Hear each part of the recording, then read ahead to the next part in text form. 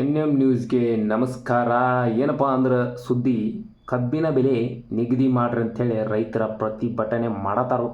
ಅದಕ್ಕೋಸ್ಕರ ಹಲವಾರು ಜನನೂ ಕೂಡ ಎಲ್ಲ ರೀತಿಯೂ ನ್ಯೂಸ್ ಒಳಗೆ ಹೇಳತ್ತಾರು, ಕಬ್ಬಿನ ಬೆಲೆಗೆ ನಿಗದಿ ಮಾಡ್ರಿ ಅಂತೇಳಿ. ಇನ್ನಾದರೂ ಯಾವ ಬಂದಿಲ್ಲ ಅಂಥೇಳಿ ನಮ್ಮ ರೈತರ ಆಕ್ರೋಶ ಐತ್ರಿ. ಐತೆ ಮತ್ತು ಅವ್ರ ತಲೆ ಹಾಪಾಗಿಬಿಟ್ಟೈತಿ ಸದ್ಯ. ಅದಕ್ಕೋಸ್ಕರ ರೈತರು ಅವನಲ್ಲಿ ವಿಸಾ ಕುಡಿದ್ನಿ ಅದನ್ನು ಕುಡಿದ್ನಿ ಮಾಡತ್ತಾರು. ಮತ್ತು ಏನು ಮಾಡೋದು, ಹೊಟ್ಟೆ ಕೀಚಿಗೆ ಮಾಡವ್ರನ್ನ ಪಾಪ ಇಟ್ಟ ಸಾಲ ಮಾಡಿ ಕಬ್ಬು ಹಚ್ಚಿ ಅವನು ಹಡ್ಲಿ ಅದಕ್ಕೆ ಬೆಲೆ ಏನದು ಬರೋಬ್ಬರ ಅವರಿಗೆ ಬೆಲೆ ಸಿಗಲಿಲ್ಲ ಅಂದ್ರೆ ಮತ್ತೆ ಲಪಡ ಆಗೋದನಲ್ಲ. ಅದಕ್ಕೆ ನಮ್ಮ ನ್ಯೂಸ್ ಹೇಳತ್ತಾನ, ಅವ್ರು ಇನ್ನಾದರೂ ಹೋರಾಟ ಮಾಡತ್ತಾರ.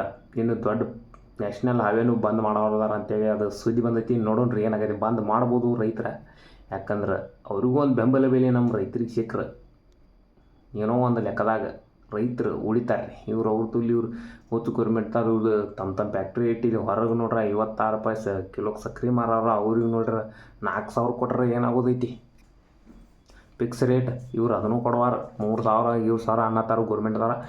ಆದ್ರೆ ಅದ ಹತ್ತೈತಿ ಸದ್ಯ. ಬೆಂಬಲ ಬೆಲೆ ಕೊಟ್ರನ ರೈತರು ಎಲ್ಲರ ರೈತರು ಏನಾರ ಒಮ್ಮೆ ಚೀನಾದವ್ರಿಗೆ ಐತಿ ರೊಚ್ಚಿ ಗೆದ್ರೆ.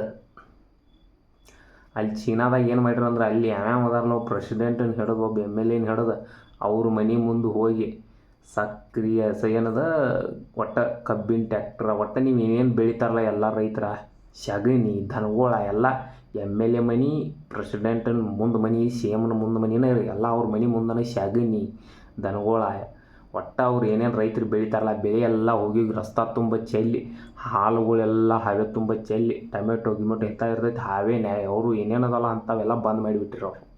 ಒಟ್ಟು ಏನು ಇಡೀ ಚೀನಾ ಬಂದಾಗಿತ್ತು ನೋಡಿ, ಚೀನಾ ಹಂಗೆ ಇಲ್ಲಿ ರೈತನು ಪ್ರತಿಭಟನೆ ಮಾಡಿರೋದು ಆಗ್ಬೋದು ಅಂತ ಅನಿಸೈತಿ. ಆದ್ರೆ ಇಲ್ಲಿ ನಮ್ಮದು ಜಾತ್ಯತೀತ ರಾಷ್ಟ್ರ ಅಂತೇಳಿ ಒಂದು ಡೈಲಾಗ್ ಹೊಡೆದು ಬಿಟ್ಟಾರು ಮೊದ್ಲಿಂತ್ರ. ನಮ್ಮ ರೈತರಿಗೆ ಏನು ಮಾಡೋಕ್ಕೆ ಬರ್ವಾತು. ಇಲ್ಲಿ ಮೊದಲು ನಾವು ಪ್ರತಿಭಟನೆ ಮಾಡತ್ತವಂದ್ರೆ ಅದಕ್ಕೊಂದು ನೋಟಿಸ್ ಕೊಡ್ಬೇಕು. ಹೀಗೆಲ್ಲ ಲಪಡಾದವ್ರಿ.